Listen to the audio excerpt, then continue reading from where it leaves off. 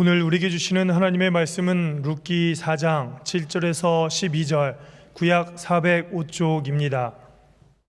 옛적 이스라엘 중에는 모든 것을 무르거나 교환하는 일을 확정하기 위하여 사람이 그의 신을 벗어 그의 이웃에게 주더니 이것이 이스라엘 중에 증명하는 전례가 된지라.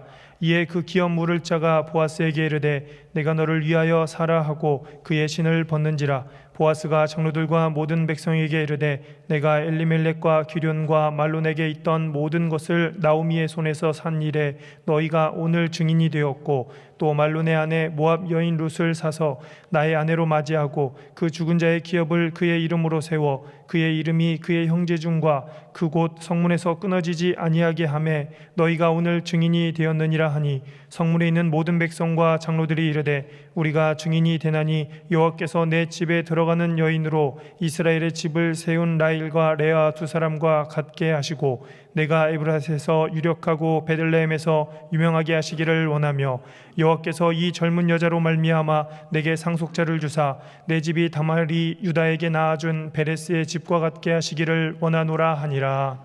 아멘.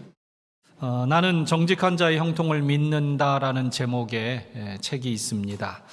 이 책에 보면 당시 높은 뜻 숭유교회를 담임하던 김동호 목사님이 이 목사님의 글과 그 속에 간증이 나옵니다. 엄밀히 말하면 성도들의 이야기지요. 창립 초기부터 함께한 교인 가운데 경상도 김천에서 설렁탕집을 운영하고 있는 오영란 집사 부부가 있습니다. 이분들은 예수님께 대접해도 부끄러움이 없는 설렁탕을 끓이겠다, 그 마음으로 최선을 다해 정직하고 정성껏 이 설렁탕을 만들어내는 그런 분들입니다. 그래서 재료는 가장 좋은 것, 자신들이 구할 수 있는 가장 좋은 것을 구해서 이 음식을 만듭니다.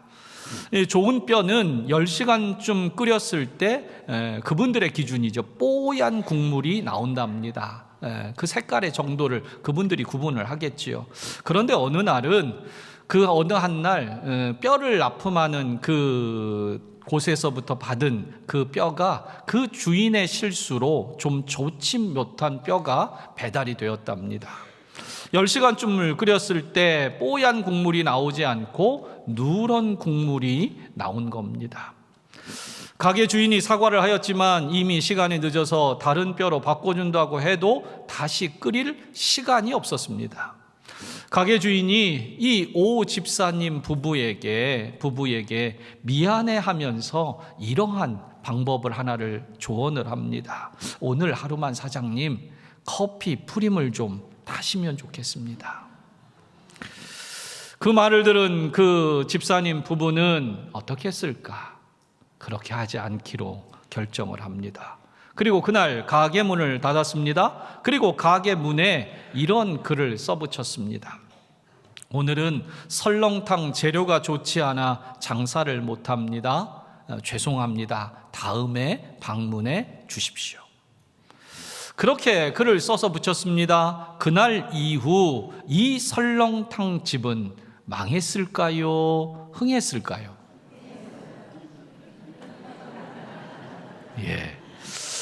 역시 3부에 오시는 분들은 역시 마음이 좋으셔서 넉넉히 주십니다. 맞습니다. 이 설렁탕집 그날 문을 닫으며 적었던 그 정직한 글 때문에 오히려 이 집은 정직한 집이다, 제대로 우려내는 집이다 라는 소문이 났고 그야말로 흥하고 대박이 났다는 겁니다. 그러면서 책에서 적는 내용은 그겁니다. 그리스도인은 손해를 보더라도 정직하게 감당하면 하나님은 반드시 그 나중을 형통으로 보장해 주신다는 거, 그거 우리 믿는 사람이다.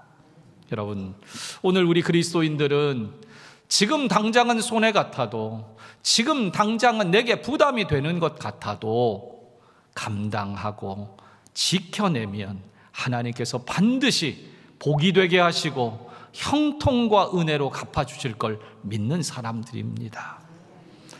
우리는 지난 시간 보아스가 성문에서 기업 물을 자를 만나는 장면을 이야기했습니다. 처음에 그 기업 물을 자라는 아무개 씨, 이름도 없어요. 그냥 아무개입니다, 성경에. 이 아무개 씨는 보아스의 말대로 엘리멜렉 가족의 기업을 무르겠노라고 그렇게 처음에는 선뜻 약속했습니다. 하지만 그는 자기에게 손해가 될 것을 알게 된 뒤에는 그 책임을 그 자리에서 바로 포기하고 말았습니다. 이 사람은 자신이 손해를 보고 희생이 따를 것 같아 자기에게 주어진 사명과 그 아름다운 책임을 그 즉시로 포기한 겁니다. 그는 하나님께서 부여한 책임과 사명을 이 세상에서 받는 그러한 가치, 손해나 이익으로만 환산했던 겁니다. 그런 사람은 사실 하나님의 백성이지만 하나님의 법을 지킨다고 하지만 그 법을 이용하는 겁니다.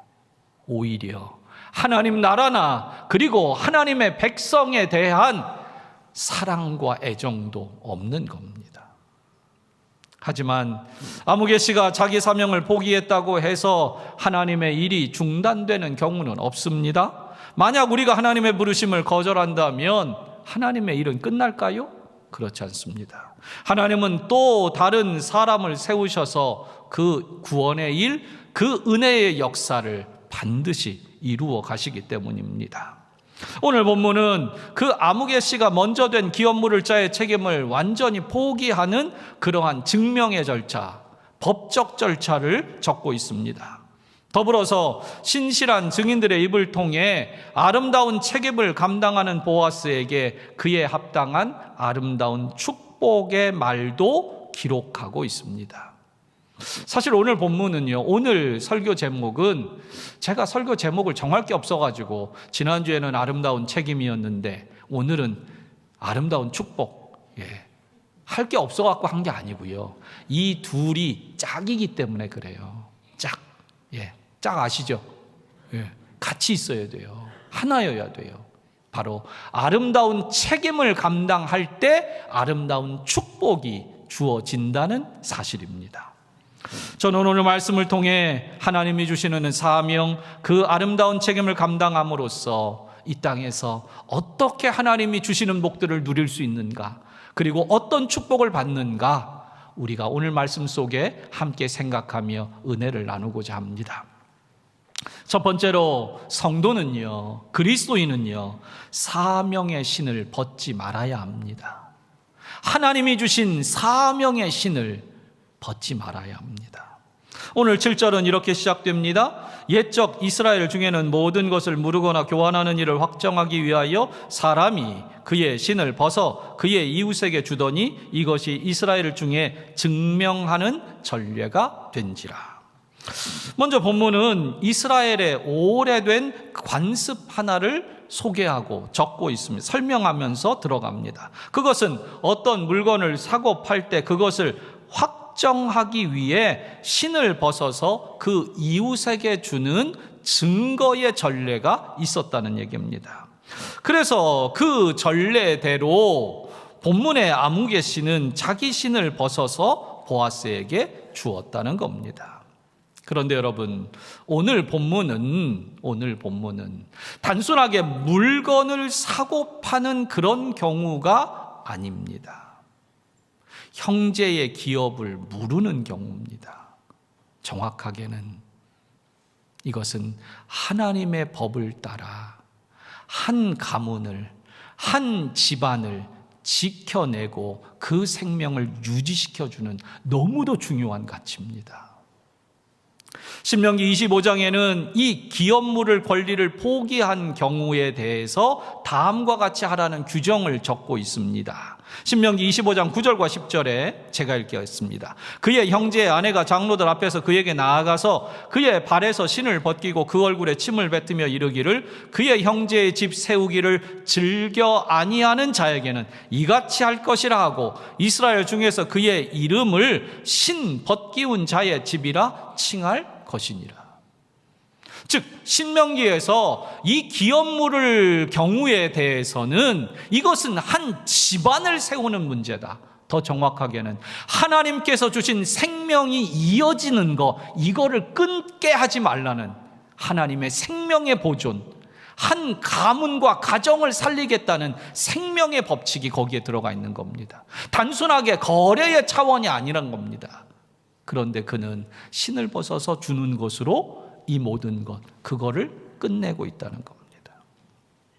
여러분, 여기 신을 벗긴다라는 의미, 이 본문에서 신을 벗긴다라는 의미는 그 땅을 밟을 수 있는 권리를 박탈한다라는 그런 의미가 있습니다. 즉, 당신은 이 땅에 대해서 어떤 권리도 주장할 수 없습니다라는 그러한 얘기입니다. 특별히 이것은 자기의 책임을 다하지 않은 자에게 행하는 공적인 수치의 표시가 되는 겁니다.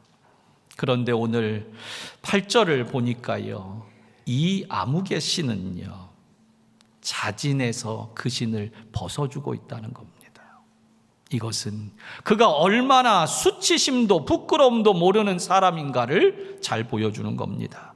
자신의 이익을 위해서라면 하나님의 법도 공동체 구성원의 책임도 생각하지 않는 사람입니다. 오직 자신의 이익과 성공만을 추구하는 그러한 부끄러움도 모르는 사람이라는 겁니다.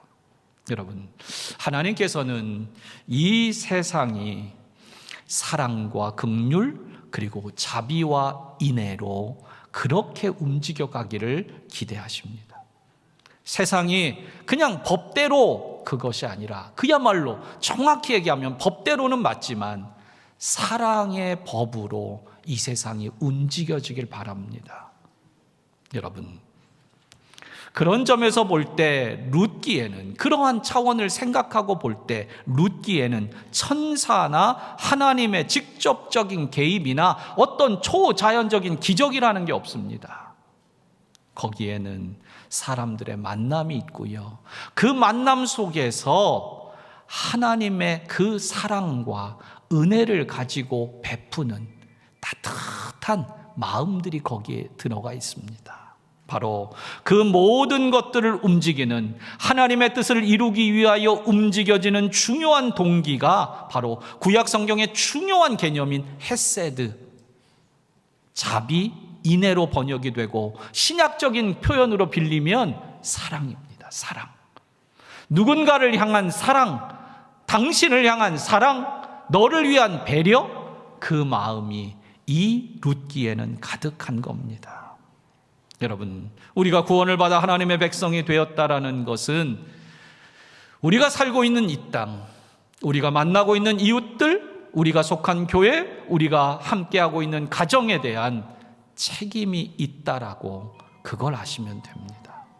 여러분, 우리가 감당해야 될 책임은 그것은 소명이자 사명입니다. 그런데 안타깝게도 오늘 교회 안에서 그 소명의 가치를 하찮게 여기는 분들이 제법 많은 것 같습니다. 그 가치를 모르기 때문에 그 부르심, 하나님께서 왜 내게 이 신앙의 길을 걷게 하시는가, 왜 나를 하나님의 백성 삼으셨는가, 왜 내게 은혜 주셨는가, 이걸 관심하고 살지 않는다는 겁니다. 그 일이 얼마나 부끄럽고 수치스러운 일인지도 전혀 모른 채 아무렇게나 그 사명의 신발을 벗어던지는 사람들 말입니다. 사도 바울은 로마서 14장에 우리가 다 하나님의 심판대 앞에 서는 날이 분명히 올 것이다 라고 말했습니다. 여러분, 그런데 그 심판대 앞에 섰을 때 우리는 분명히 하나님의 질문에 답해야 합니다. 하나님 뭐라고 물으시냐? 모르겠어요. 여러 질문을 하실 수 있는데 그 중에 하나는 이것 될 것 같아요. 너 세상에서 뭐 하다 왔니? 이 질문을 할 것 같아요. 세상에서 뭐 하다 왔니? 그때 어쩌면 우리 중에 이런 대답하는 분 있을지 모르겠습니다. 하나님, 저는요 교회 열심히 다녔습니다.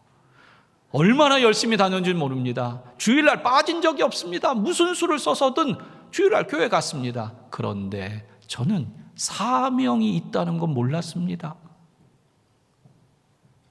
저 인생 살기도 바쁘고 내 가정 꾸리기도 바쁜데 나 한 주간 동안 먹고 살기도 힘들어 죽겠는데 누굴 만나서 하나님 나라를 얘기하고 무슨 말씀을 들으며 내 사명을 생각합니까? 하나님, 저 인생 힘들게 살아왔습니다. 그렇게 하시겠습니까? 여러분, 오늘 본문에 이 사람은 자기 스스로 신을 벗어 주었다는 겁니다. 그 책임, 그 사명이 얼마나 중요한지 알면서도 그는 세상에서 하는 법대로 그저 물건을 사고 팔 때 신발 벗어서 주면 끝! 이라는 그 정도로 이 기업 물을 자의 책임, 그 사명을 소홀히 했다는 겁니다. 사랑하는 성도 여러분, 오늘 성도라는 이름, 거듭나고 성령을 받은 성도에게는 반드시 하나님이 주신 사명이 있습니다. 그 사명을 스스로 벗어서는 안 됩니다.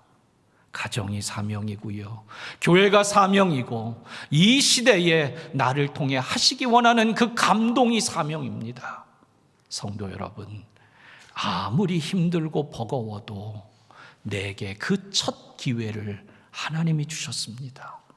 그러므로 오늘도 우리는 그 사명의 신을 벗지 말아야 합니다. 그래야 그 부름받은 책임을 감당해야 하나님이 주시는 영광과 주님 앞에 섰을 때 할 말이 있는 겁니다. 두 번째로는 사명을 감당하는 자에게 하나님 나라의 축복이 이어집니다. 지금부터 얘기하는 요 부분부터는 여러분에게 한 가지 부탁을 드리겠습니다. 여러분, 지금부터 보는 내용은 설명이 좀 많습니다. 그리고 그 설명 속에는 사람들의 이름이 다양하게 등장합니다. 그러므로 바라기는 여러분들이 조금 더 집중을 좀 해주셔야 합니다. 그래야 오늘 본문을 통해 여러분들에게 더 은혜가 있을 것 같아요. 부탁드립니다. 여러분에게만 부탁하는 게 아니라 1부, 2부 다 부탁을 했어요. 잘해 주셨고 3부는 더 잘하리라고 믿어 의심치 않습니다. 자, 이제 이 보아스는 신을 벗은 아무겟이 다음으로 이제 본인이 이제 할 수 있습니다. 그래서 장로들과 백성들이 보는 앞에서 이제 자신이 나오미에게서 엘리멜렉 가문의 땅을 물을 것이고 모압 여인 룻까지 아내로 맞이하여 그 가문을 잇겠노라고 증거합니다. 그리고 이어서 본문은 기업 물을 자의 사명과 책임을 자원해서 맡은 보아스에게 장로들의 축복하는 장면이 이어집니다. 그런데 축복의 내용을 보면 땅에 대한 그런 언급은 없습니다. 오로지 룻과 보아스, 그리고 태어날 그 자녀, 그 후손에 대한 축복뿐입니다. 저는 묵상하기는 이 장로들의 아름다운 축복은 단순히 경제적인 풍요만을 위한 것이 아니다라는 점을 짚게 됩니다. 즉, 하나님의 축복은요, 반드시 사람입니다. 사람을 축복하십니다. 그 생애를 축복합니다. 그리고 그 생애 속에 하나님을 믿고 사는 그 생애 속에 다른 것들로 채워주시는 것, 이것이 이어질 뿐이에요. 오늘 장로들의 축복은 세 부분, 세 사람이라고 봐야 될 겁니다. 먼저 룻을 향한 축복이 첫 번째입니다. 본문 11절 중반에 여호와께서 내 집에 들어가는 여인으로 이스라엘의 집을 세운 라헬과 레아 두 사람과 같게 하시고 라고 장로들의 축복이 룻을 향해 먼저 이어집니다. 여러분, 무슨 얘기입니까? 저 같으면, 제가 장로들이면 믿음의 조상 아브라함의 아내 사라 같게 해달라고 좀 축복하고 싶습니다. 그러고 싶어요. 아니면 이삭의 아내 리브가와 같게 그렇게 평탄하게 살도록 축복합니다 할 것 같아요. 그런데 장로들은 라헬과 레아 같게 해달라고 지금 하고 있습니다. 포인트는 이겁니다. 여러분, 사라는 자녀를 몇 명 낳았을까요? 예? 어렵네요. 이삭 1명 나왔습니다. 그러면 야곱의 부인인 리브가는 몇 명 나왔을까요? 몇 명? 답은 몰라. 그냥 손가락만. 쌍둥이 에서와 야곱 나왔습니다. 그런데 레아와 라헬과 레아를 통해서는 이스라엘의 12지파가 탄생했습니다. 단지 한 가정의 명맥만 이은 것이 아니라 이스라엘이라는 하나님 나라의 백성, 한 나라가 세워진 겁니다. 그래서 본문은 이스라엘을 집을 세운 라헬과 레아라고 표현하고 있어요. 한 가정을 세운 게 아닙니다. 이스라엘을 세웠던 라헬과 레와 같기를 룻에게 축복하고 있는 겁니다. 성도 여러분, 오늘 먼저 이 장로들의 축복의 대상은 누구라고요? 지금? 누구요? 누구를 먼저 축복합니까? 룻을 축복해요. 여러분, 저도 여기 계신 우리 여성 성도님들을 축복합니다. 여러분들이 정말 하나님 앞에서 한 가정이 아니라 한 가정을 통해 한 나라를 책임지고 한 세대를 감당하는 그러한 가정을 세우는 여러분들 되기를 축복합니다. 정말 현숙한 여인이 되어서 정말 무슨 일을 통해서든지 정말 하나님의 역사와 은혜들을 전수하는 믿음의 여인들 되기를 축복합니다. 두 번째로 축복의 대상은 보아스입니다. 11절 후반부입니다. 내가 에브랏에서 유력하고 베들레헴에서 유명하게 하시기를 원하며 라고 얘기합니다. 여기서 에브랏이라는 말은 에브라다의 다른 표현이 되겠습니다. 같은 말입니다. 에브라다. 그런데 이 에브라다라는 말은 베들레헴에 붙여지는 또 다른 별칭입니다. 당시에는 베들레헴이라는 곳이 두 곳 있었습니다. 스불론에 있던 베들레헴이 있었기 때문에 여기서는 에브라다라는 표현을 붙임으로 이 에브라다 베들레헴을 좀 구별하기 위한 그런 별칭처럼 사용된 겁니다. 장로들은 바로 이 베들레헴에서 보아스가 유력하고 유명한 사람이 되기를 축복하고 있는 겁니다. 얼마나 좋아요. 유력해지고 유명해지고. 이 단어를 조금 더 생각해 봅니다. 유력하다라는 말은 이미 앞에서 우리가 보아스를 설명할 때 붙었던 수식입니다. 2장에서 유력한 보아스라고 얘기했어요. 이 단어의 기본적인 뜻은 힘이 있다, 강하다, 때로는 무엇인가 왕성하게 활동한다라는 의미로도 사용이 됐습니다. 유력하다. 또한 유명하다라는 말은요, 두 단어가 합쳐진 합성어인데 이름, 명예라는 뜻을 가진 쉔이라는 단어와 선포하다라는 뜻을 가진 카라, 외친다라는 뜻의 카라가 합쳐진 단어입니다. 그래서 이름과 명예를 외친다. 이것은 본인이 외치는 걸 수도 있겠지만 다른 사람들에 의해서 외쳐지는 거, 다른 사람들이 선포해 주는 거, 당신의 이름을 선포해 주는 거, 이게 유명해지는 겁니다. 여러분, 유명한 게 다른 게 아니에요. 자꾸 내 이름을 누가 불러요? 다른 사람이 불러주면 그게 유명해지는 거예요. 제가 저희 교회에서 엄청 유명합니다.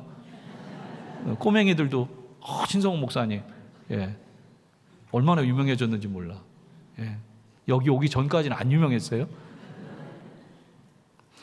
저는 이 유력해지고 유명해진다라는 말을 이렇게 풀이하겠습니다. 장로들은요, 하나님께서 보아스를 힘있게 하시고 강하게 하시기를 축복하는 겁니다. 야, 보아스, 하나님께서 너를 힘있게 해주시고 강하게 해주시기를 내가 축복한다. 그런데 그것으로 그치는 게 아니라 너를 유명하게 해주시기를 내가 축복한다. 뭐야? 하나님께서 주신 힘으로 사는 보아스라고 많은 사람들이 보는 거예요. 보아스를 보기만 하면, 야, 보아스는 하나님이 강하게 하셨어. 그러면서 보아스의 이름을 많은 사람들이 외쳐주는 겁니다. 여러분, 오늘 이 자리에 계신 우리 남자 성도님들, 남성 성도님들께 축복합니다.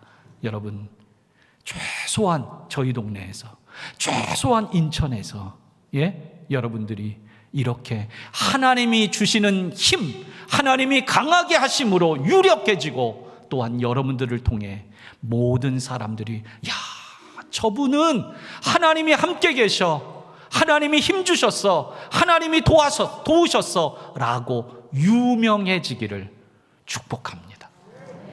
그리고 세 번째 축복의 대상은 태어날 자녀에 대한 축복입니다. 엄밀히 말하면 그 후손에 대한 축복이 됩니다. 12절 중반절에 내 집이 다말이 유다에게서 낳아준 베레스의 집과 같게 하시기를 원하노라. 오늘 본문에 다말이라는 이름이 등장해요. 집중하셔야 됩니다. 이 다말은 유다의 며느리입니다. 유다의 며느리. 창세기 38장에 보면 이 다말에 대한 스토리가 참 기가 막힌, 정말 황당한 그런 스토리가 하나가 나와요. 창세기 38장에 보면 다말은 본래 유다의 첫째 아들인 엘과 결혼을 했습니다. 즉 유다의 며느리예요. 첫째 아들과 결혼을 했습니다. 그런데 그 첫째 아들 엘은 하나님 보시기에 악한 사람이라 그만 죽고 맙니다. 이에 다말은 그 하나님의 정한 계대 결혼의 법칙을 따라, 고엘 제도라는 계대 결혼의 법칙을 따라 둘째 아들, 유다의 둘째 아들인 오난과 결혼을 하게 됩니다. 계대 결혼이라는 자손을 잇는 것, 생명을 잇는 결혼입니다. 그런데 이 둘째 아들 오난은 자기의 씨가, 자기 후손이 내 자손이 되지 못할 것을 알고는 마지막에 그 일을, 책임을 행하지 않았습니다. 그러자 하나님은 그것도 옳지 않다고 여기셨습니다. 그래서 그도 죽고 말았습니다. 그러자 아버지 유다는 그 두 아들이 죽게 되자 겁이 난 겁니다. 유다에게는 셋째 아들 셀라가 있었지만 그 아들도 죽을까봐 아버지 유다는요, 이 며느리인 다말에게 계속 기다리라고만 합니다. 그러자 다말은 후손을 세우는 그 하나님의 법, 이것은 인간적인 어떤 욕정이 아니에요. 하나님께서 한 가문의 생명이 끊어지는 걸 원치 않으시거든요. 그래서 다말은요, 변장을 하고 거리의 여성으로 나가서 시아버지 유다를 통해 아들을 낳게 됩니다. 그런데 그 아들의 이름이 베레스예요. 그런데 더 놀라운 건 하나님이 이 베레스를, 며느리와 시아버지 사이에서 태어난 이 베레스를 하나님이 인정하고 축복했다는 점입니다. 이게 놀라운 점이에요. 여러분, 오늘 장로들은 왜 베레스의 집과 같게 하시기를 원한다고 축복하냐? 바로 베레스는 계대 결혼을 통해 태어난 아이였기 때문에, 그리고 이제 보아스의 후손도 계대 결혼을 통해 태어날 겁니다. 그러므로 비록 계대 결혼으로 태어나지만 베레스의 집처럼 인정받고 번성하는 가문이 되기를 축복하는 겁니다. 여러분, 다음 시간에 보겠지만 룻기 이어지는 18절에 보면요, 18절, 이 룻기의 18절에 보면, 끝에 18절 보면 베레스의 계보는 이러하니라 라고 나가요. 이 베레스의 계보에서 누가 태어났냐? 보아스가 태어났고, 보아스뿐만 아니라 다윗이 태어났고, 다윗뿐만이 아니라 예수 그리스도가 태어납니다. 하나님은 하나님의 법을 지키는 그 가정, 그 자손에게 반드시 복을 주신다는 겁니다. 여러분, 오늘 이 장로들이 이렇게 축복합니다. 그런데 이 장로들의 축복 속에 우리가 하나 잊지 말고 꼭 기억해야 될 것이 있어요. 그것은 바로 이 장로들의 말의 권세 정도가 아니라 이 말을 들으신 하나님의 역사하심이라는 거, 이거 잊으면 안 됩니다. 히브리서 11장 20절에 보면 이삭은 믿음으로 장차 오는 일에 대하여 야곱과 에서에게 축복하였고 라고 되어 있습니다. 즉, 여러분, 하나님의 축복은요, 반드시 부모에게서 자녀에게로 이어집니다. 그러므로 어른의 몫은요, 부모가 되었던 어른이 되었던 한 믿음의 공동체에서 부모나 어른의 몫은요, 축복하는 거예요.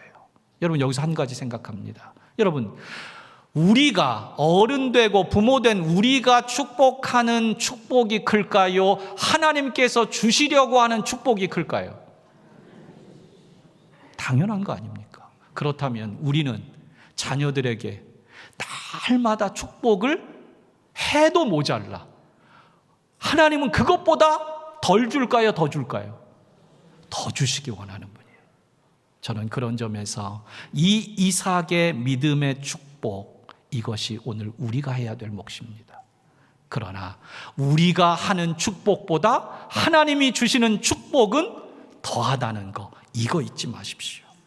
그러므로 반드시 하나님은 복되게 하십니다.